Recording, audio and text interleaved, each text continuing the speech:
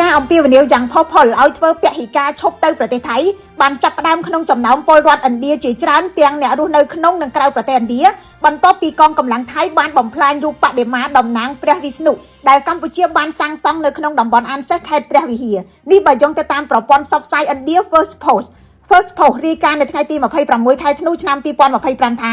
នៅគ្រប់បណ្ដាញសង្គមពលរដ្ឋឥណ្ឌានៅតាមបណ្ដាប្រទេសនានាបានជំរុញឲ្យប្រជាជនបោះបង់ប្រទេសថៃជាគោលដៅទេសចរពួកគេមួយចំនួនថ្កោលទោសរដ្ឋាភិបាលថៃនិងអំពាវនាវឲ្យដាក់សម្ពាធសេដ្ឋកិច្ចនិងការទូតលើទីក្រុងបាងកកពលរដ្ឋឥណ្ឌាពិពណ៌នាអំពីការបំផ្លាញរូបសំណាកព្រះវិស្ណុនៃសាសនាហិណ្ឌូថាជាការវាយប្រហារលើបេតិកភណ្ឌសាសនាមិនមែនជាឧបទ្ទវហេតុយោធានោះទេអ្នកខ្លះចាត់ទុកថាជាឧក្រិដ្ឋកម្មសង្គ្រាមនិងទាមទារការទទួលខុសត្រូវជាអន្តរជាតិទៀតផងយោងតាមភ្នាក់ងារព័ត៌មានបារាំង AFP រូបបដិមាតំណាងព្រះវិស្ណុនេះត្រូវបានសាងសង់ឡើងក្នុងឆ្នាំ